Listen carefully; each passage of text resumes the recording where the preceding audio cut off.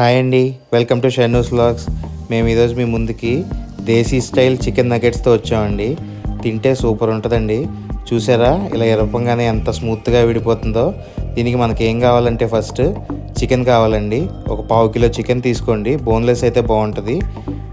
Bread కావాలి, oats, ఎండుమిరపకాయలు, మిరియాల పొడి, అల్లం వెల్లుల్లి పేస్ట్ అండి. మిరియాలు వేసుకున్నా డైరెక్ట్గా పర్లేదు.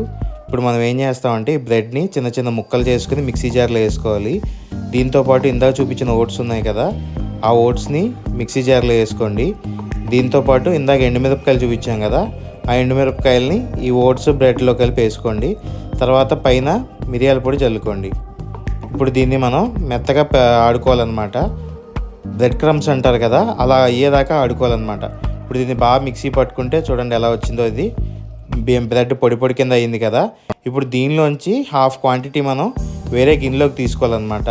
ఇలా వేరే గిన్నెలోకి తీసుకుని దీన్ని పక్కన పెట్టుకోండి, తర్వాత యూజ్ చేసుకోవచ్చు. ఇప్పుడు ఈ మిక్సీ గిన్నెలో ఉన్నది కదా, ఇందులోనే మనం ఫస్ట్ చూపించిన కడిగి పెట్టుకున్న బోన్లెస్ చికెన్ని యాడ్ చేసేసుకుంటాం అన్నమాట. ఇలా బోన్లెస్ చికెన్ అంతా ఇందులో యాడ్ చేసుకుని దీన్ని పేస్ట్ అయ్యేలాగా ఆడుకోవాలి. ఇప్పుడు ఇందులోనే కొంచెం టేస్ట్కి సరిపడా కల్లుప్పు వేసుకున్నాం మేము. మీ దగ్గర సాల్ట్ ఉంటే సాల్ట్ కూడా వేసుకోవచ్చు.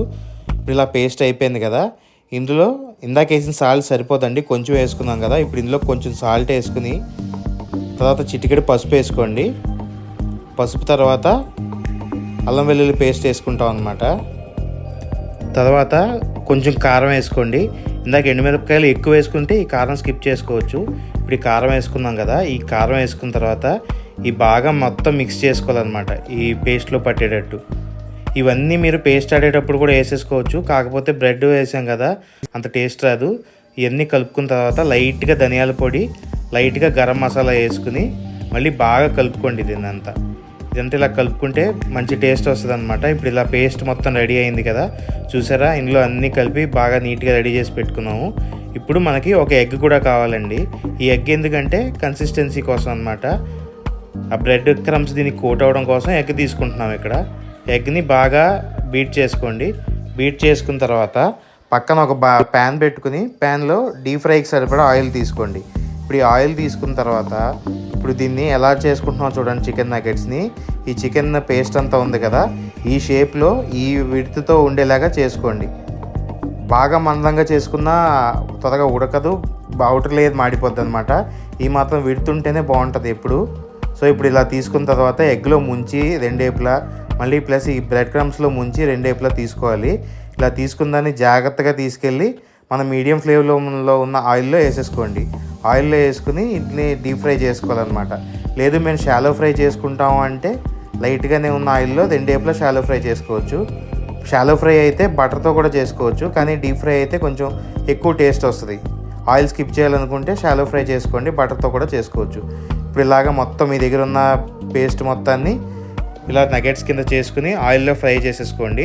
మీరు ఈ పేస్ట్ని ఒక 1 వీక్ 10 డేస్ నిల్వ కూడా ఉంచుకోవచ్చు అండి. 8 డబ్బాలో పెట్టి దాచుకోవచ్చు.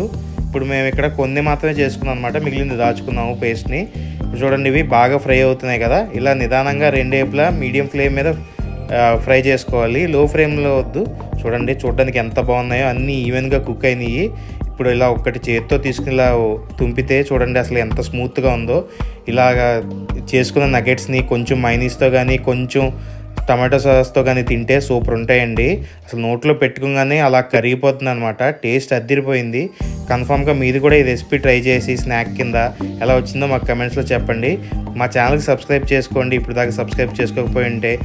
అలాగే మా ఛానల్కి ఒక లైక్ ఇచ్చి మా బెల్ ఐకాన్ క్లిక్ చేస్తే మేము పెట్టే కంటెంట్ అంతా మీకు వస్తుంది. Thank you.